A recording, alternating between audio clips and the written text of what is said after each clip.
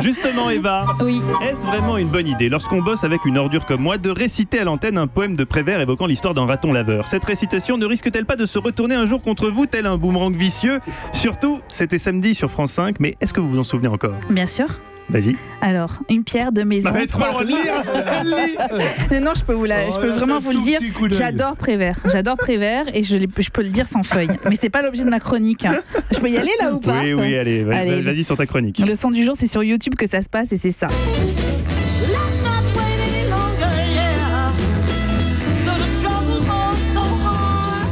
Vous venez d'entendre la voix puissante de Sharon Jones. Ce titre, Matter of Time, et le clip qui va avec viennent d'être dévoilés. C'est un clip où on voit Sharon Jones en tournée, des images qui ont été captées en coulisses avant son décès, parce que l'artiste américaine est morte en novembre 2016 à l'âge de 67 ans et elle nous laisse donc un album posthume, 11 chansons enregistrées en live sur une période de 2 ans dans les studios new-yorkais de Dapton Records quand son état de santé le lui permettait, parce qu'elle luttait contre un cancer.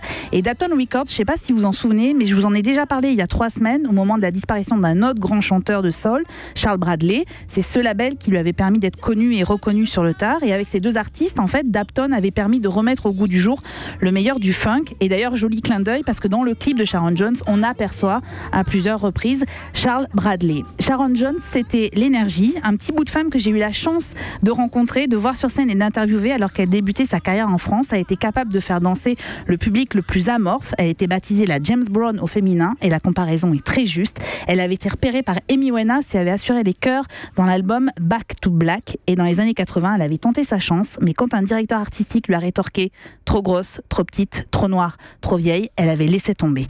Et c'était aussi pour ça que je voulais vous parler d'elle. C'est Sharon Jones, vous pouvez tout écouter, tout est formidable. Mais c'est super, mais où est le CD pour moi?